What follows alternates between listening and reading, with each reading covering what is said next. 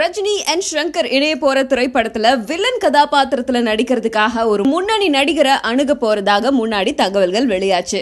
அது ஆரம்பத்துல ஷாருக் கான் அப்படின்னு சொல்லப்பட்டுச்சு. அதுக்கப்புறமா அது கமலஹாசன் அப்படின்னு சொன்னாங்க.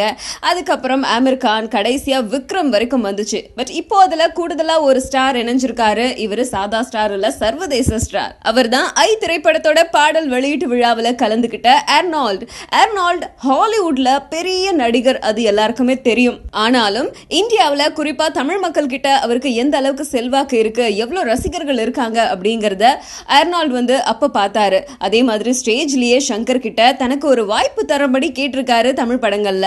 சோ அதை மனசுல வச்சுக்கிட்ட ஷங்கர் ஆர்னால்ட் கிட்ட இதை பத்தி பேச அணுகுனதாகவும் ஆர்னால்ட் இதுக்கு ஒத்துக்கிட்டதாகவும் அதே மாதிரி சூப்பர் ஸ்டார் ரஜினிகாந்த் இதுக்கு ரொம்ப சந்தோஷப்பட்டதாகவும் தகவல்கள் வெளியாகுது. சோ ஆர்னால்டு இந்த படத்துல நடிக்கிறதுனால சூப்பர் ஸ்டார் ரஜினிகாந்த் பெரிய ஆக்டர், இவங்க எல்லாருமே பெரிய பெரிய புள்ளிகள் அப்படிங்கறதால சர்வதேச லெவல்ல இந்த திரைப்படத்துக்கு பெரிய மார்க்கெட் கிடைக்கும் அப்படின்னு ஒரு பெரிய எதிர்பார்ப்பும் இருக்கு.